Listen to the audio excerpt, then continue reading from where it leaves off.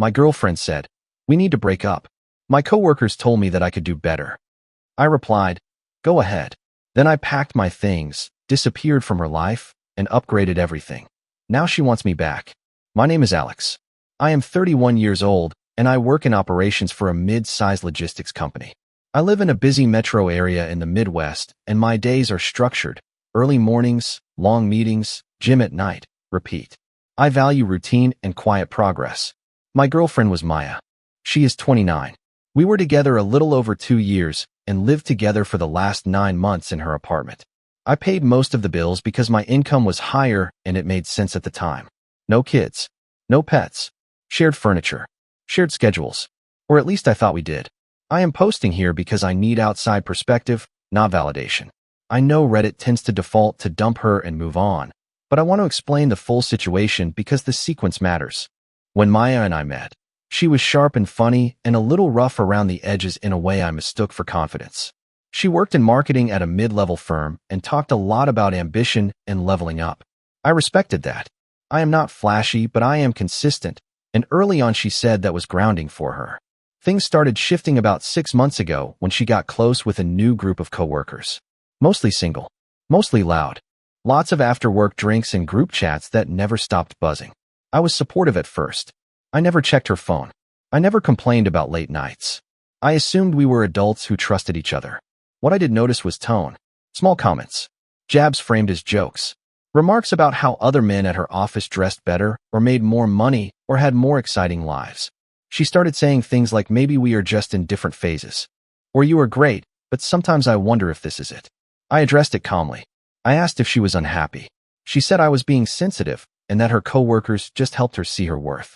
That phrase stuck with me. Last week on a Tuesday night, she came home unusually calm. Too calm. She sat across from me at the kitchen table and said we need to talk. That was when she told me her coworkers thought she could do better.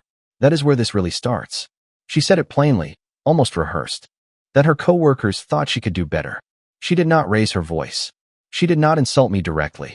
She just looked at me like the conclusion was obvious and inevitable. I nodded once. Not in anger. Not in disbelief. Just acknowledgement.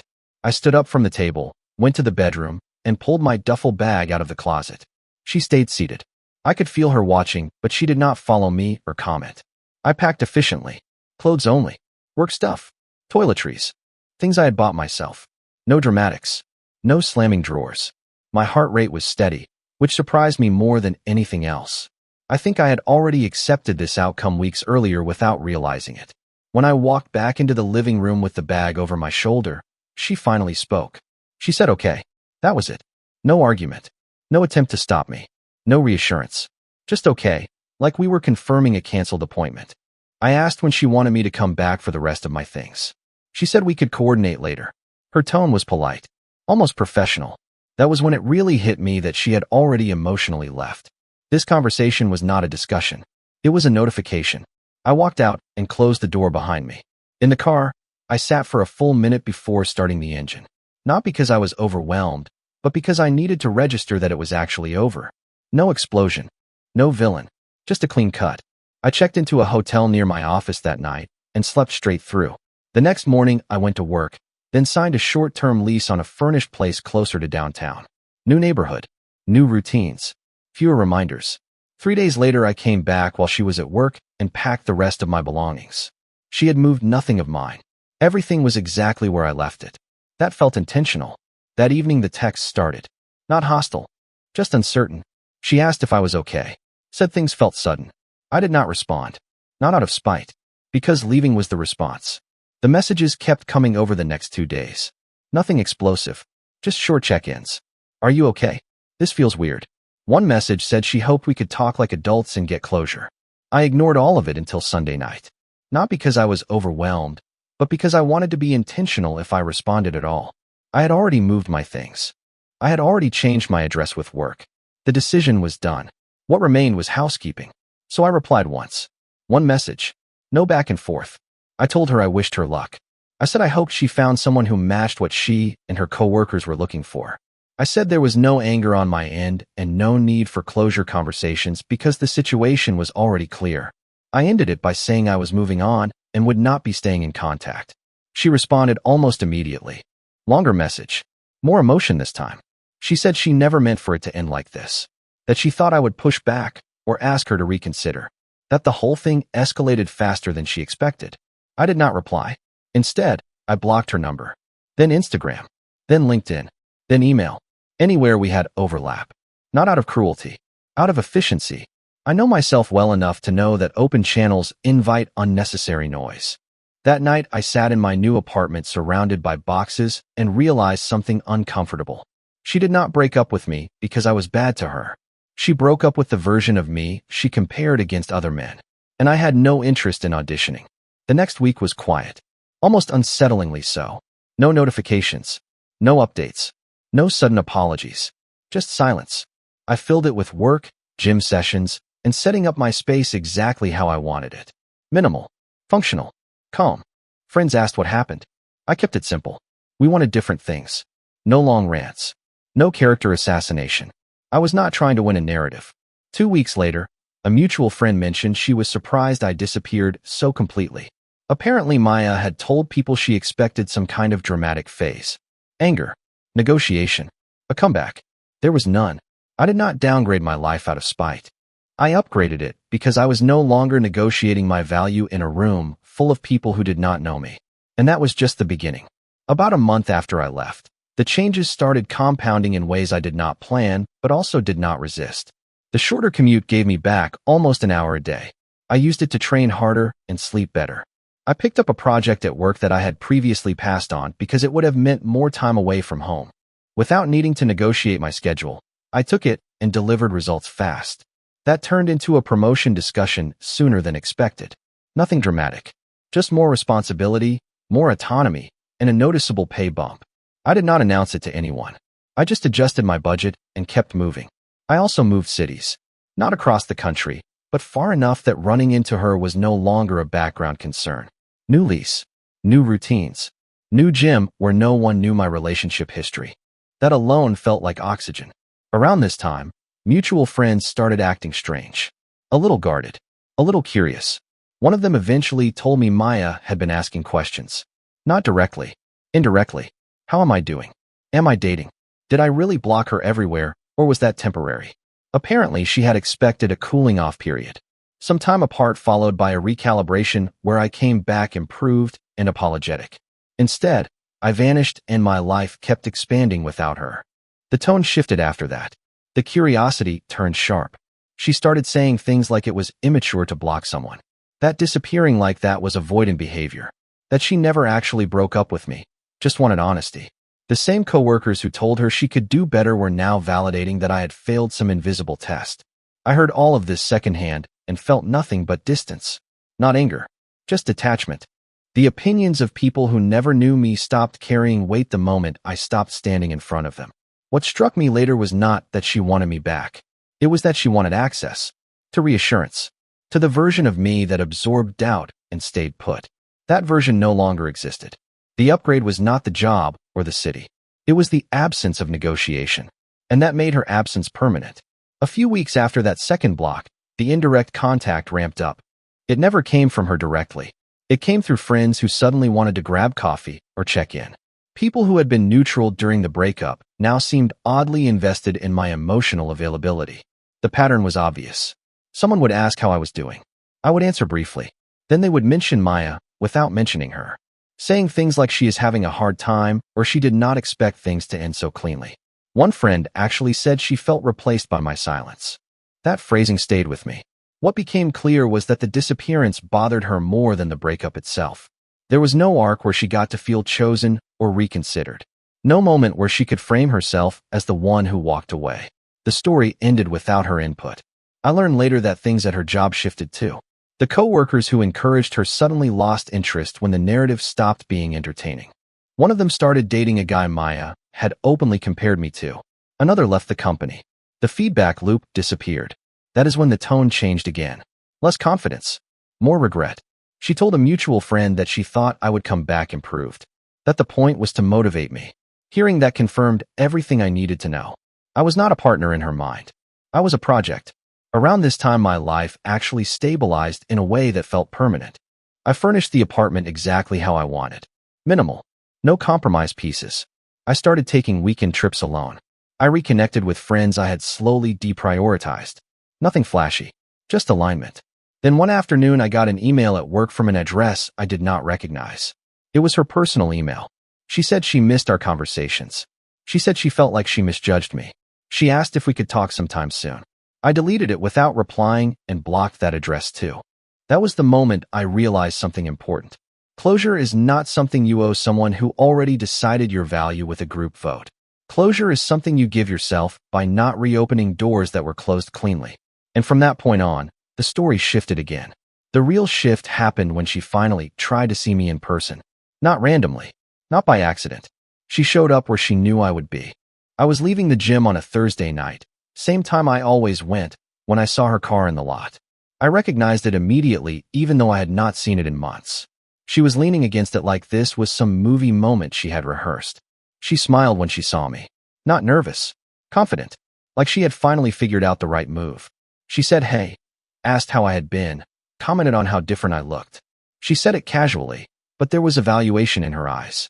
The kind you do when you are checking if an option is still available. I kept it polite. I said I was doing well. I did not stop walking. She matched my pace. She told me she had been doing a lot of thinking, that the breakup gave her perspective, that her coworkers had projected their own insecurities onto her relationship, that she realized stability was rare and she may have undervalued it. I listened without reacting. No nodding. No encouraging cues. Then she said the line that ended it completely. She said maybe we both needed this time apart to grow, and maybe now we could talk about starting fresh. That was the first time I actually stopped. I looked at her and told her no. Calmly. No edge. I said we were not on a break. We were done. I said I did not disappear to be rediscovered. I left because I meant it. Her expression changed. Not anger. Something closer to disbelief. She said she did not understand how I could just shut her out like that after everything. I told her that was exactly why. I wished her well again. Then I walked to my car and drove home. Later that night, I blocked the last remaining connection we had through mutuals who kept relaying information. Not because I was hiding, because I was finished. That encounter made one thing clear. She did not miss me. She missed the version of herself that felt powerful when I stayed. And once I understood that, there was nothing left for me to question. After that encounter, things went quiet again. This time for real. No friends checking in. No secondhand updates. The absence felt deliberate, like she finally understood there was no angle left. My life kept moving forward in very ordinary, but meaningful ways. I signed a longer lease. I took on a mentorship role at work.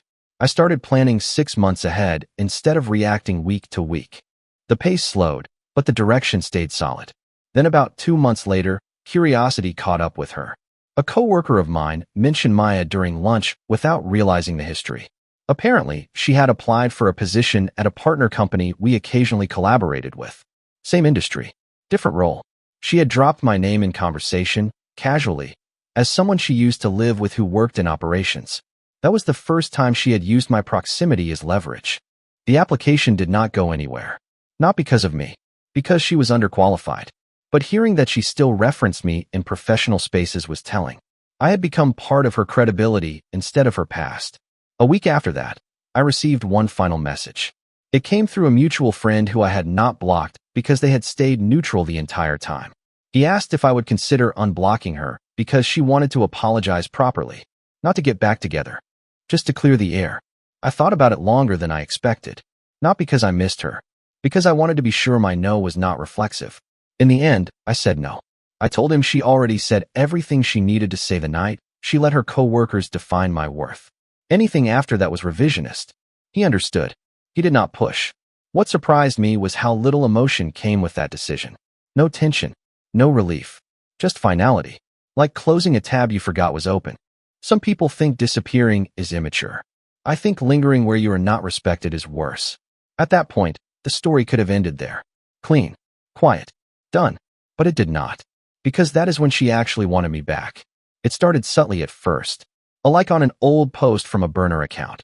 A friend telling me Maya asked if I was seeing anyone serious. Then it escalated. She showed up at a mutual friend's birthday dinner I had already committed to. I did not expect to see her there, and judging by the way she froze when we made eye contact, she did not expect me to look so unbothered. She lingered nearby the entire night, laughing a little too loud, checking her phone a little too often, making sure I noticed she was being noticed. At one point, she pulled me aside. Not dramatically, just enough to talk. She said she had made a mistake, that she underestimated what she had, that losing me had been a wake-up call. She said the dating pool was not what her coworkers made it sound like, that comparison culture was toxic, that she missed how calm things were with me. I listened. Again. Then she said she had been thinking about the future a lot. Stability, partnership, building something real. She asked if I ever thought about what could have been if we had handled things differently. That was when I finally understood the full picture. She did not want me back because she loved me. She wanted me back because the alternative did not outperform the memory. I was not the first choice then. I was the safe correction now. I told her I was glad she had learned something from the experience. I told her I hoped she found what she was looking for. And I told her I was not interested in revisiting the past. She looked genuinely shocked, like she had expected resistance or negotiation. Instead, she got closure she did not control. She asked if there was really no chance. I said no. Not because I was hurt, because I was finished. I left shortly after that. Later that night, she texted me from a number I had not blocked yet. She said she would do things differently this time, that she would not let other people influence her, that she was ready now. I blocked that number too, because readiness after loss is not the same as readiness from respect. And that was the moment the dynamic finally flipped for good. After that, her attempts stopped completely. No more indirect feelers. No surprise appearances. No new numbers. What replaced it was reputation management. I started hearing that she had reframed the story. Not aggressively. Carefully. She told people the breakup was mutual. That we grew apart. That I had always been a bit emotionally closed off. Nothing outrageous. Just enough to protect her image without reopening contact. I did not correct it. I did not counter it. Anyone who mattered already knew how I move. Quiet consistency has a way of speaking for itself. What had changed was how people interacted with me. At work, I was suddenly being taken more seriously. Not because of my title, but because I was decisive.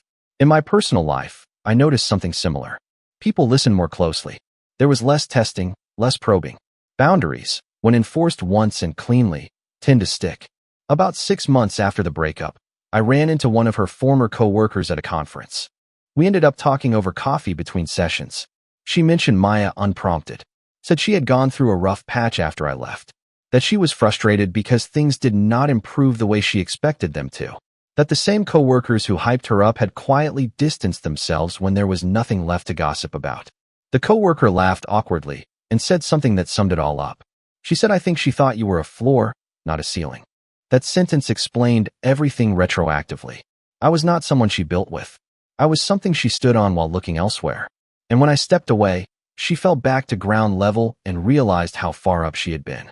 By then, I was already elsewhere mentally. Dating again, slowly.